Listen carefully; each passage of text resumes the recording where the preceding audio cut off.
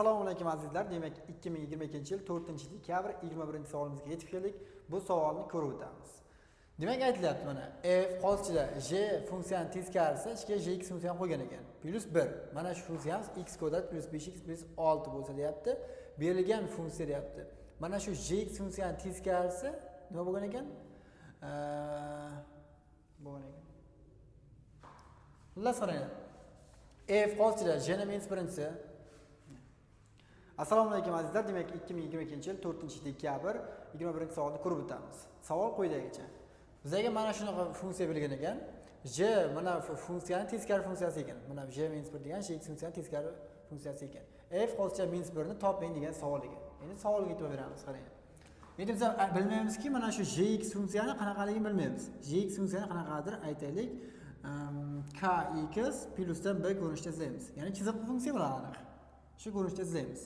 Demak, mana shu joydan biz mana shu jx funksiyaga teskari funksiyani topamiz. Demak, jx teng nima bo'ladi?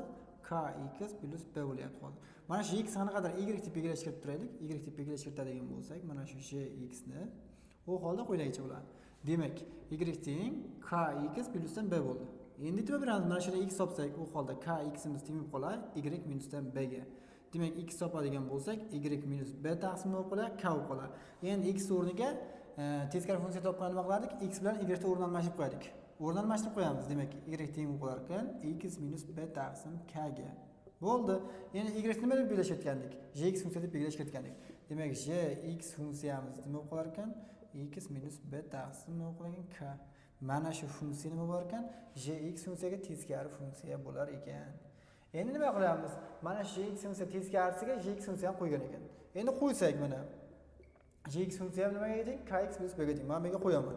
Demak, qo'yadigan bo'lsam, u holda kx plusdan b minus b taqsim nima bo'lib qoladi? K bo'lib qoladi. E'tibor beraylik, mana x o'rniga kx plus b ni olib qo'yaman. U holda b'larim qisqarib ketadi. Kx da k ga bo'lsa nima bo'lib qoladi? X ga teng bo'lib qolar ekan. Demak, j ni -1-siga jx qo'yadigan bo'lsa nima bo'lib qolar ekan?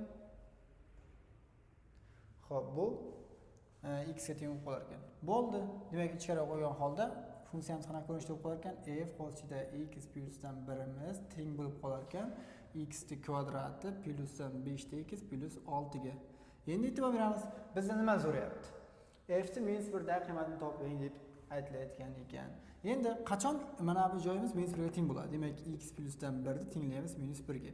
U holda x imiz -2 ga teng bo'lgan vaqtda mana bu f -1 ga teng bo'ladi. Demak, f -1 da qiymat teng bo'lar ekan. -2 ni hop kvadrati plusdan 5 ko'paygan minusdan 2 plusdan 6. Shuni hisoblab qo'yamiz. Demak, -2 ni kvadrati 4 plusdan minus bo'ladi. Plusga minus -10 plusdan 6. Ikkalasini qo'shadigan bo'lsak 6 ga 4 10, 10 dan ayiradigan bo'lsak 0 hosil bo'lar ekan. Demak, bu savolimizning javobi 0 degan javobga mos kelar ekan. Demak, qaraydigan bo'lsak D javobga mos kelar ekan. Shu bilan mana 21-misolim ham o'z nihoyasiga yetdi.